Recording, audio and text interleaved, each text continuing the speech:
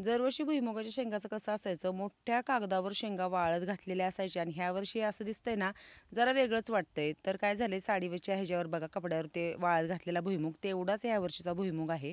ऊन केवढं झालंय. आमचं दरवर्षी कसं असायचं, आम्हाला एक दिवस शेंगा भरायला लागायच्या, पूर्ण अख्खा दिवस एवढ्या शेंगा असायच्या.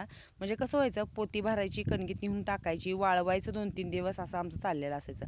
आत्यानी चूल पेटवली आहे, तर करायचं काय चुलीवरती तुम्हाला पुढे मी दाखवणारच आहे. पण एक कसं आहे, एखादं वर्ष असं एखादं वर्ष असं चालायचं, शेतकऱ्याचं काय असंच असतं. 5-6 वर्ष झालं आम्ही एकही शेंगदाणा विकत म्हणून काय आणत नाही, कारण आम्ही आमच्या रानामध्ये दरवर्षी भुईमुगाच्या शेंगा करतो, तेच वर्षभर आम्हाला पुरतात.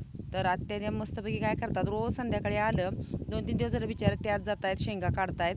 मला काय गाईंमुळे तिकडे जाणं होत नाही आणि रोज संध्याकाळी आले की आमच्या धारा वगैरे काढून होसपर्यंत सगळ्याला ओल्या शेंगा भाजून ठेवायच्या. तर आज म्हणल्या उकडते, कारण त्या दिवशी त्यांनी शेंगा उकडल्या, त्यांच्याकडून थोडंसं मीठ जास्त पडलं, एवढ्या शेंगा खारट लागत होत्या, थोड्या शेंगा कमी होत्या आणि मीठ जास्त झालं. तर आता आज त्या काय करायला लागल्यात, म्हणजे आज छान मस्तपैकी उकडते म्हणून काय केलं, लवकर आल्या होत्या, शेंगा छान फोडून घेतल्या, धुवून घेतल्या, पाणी पातेल्यात गरम करायला ठेवले बघा, आणि आता ह्या शेंगा उकडवायच्या.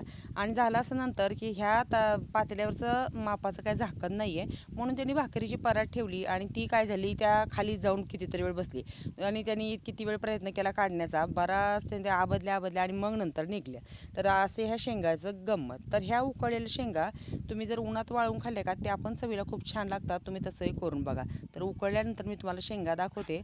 आणि त्या दिवशी मीठ जास्त झालं आणि आज मीठ भरपूरच कमी झालेलं होतं, पण जाऊ द्या, खायला मजा खूप भारी आहे की उकडलेल्या शेंगा. तर तुम्ही पण या आमच्याकडे, छान मस्त गावाकडे उकडलेल्या भाजलेल्या शेंगा खायला.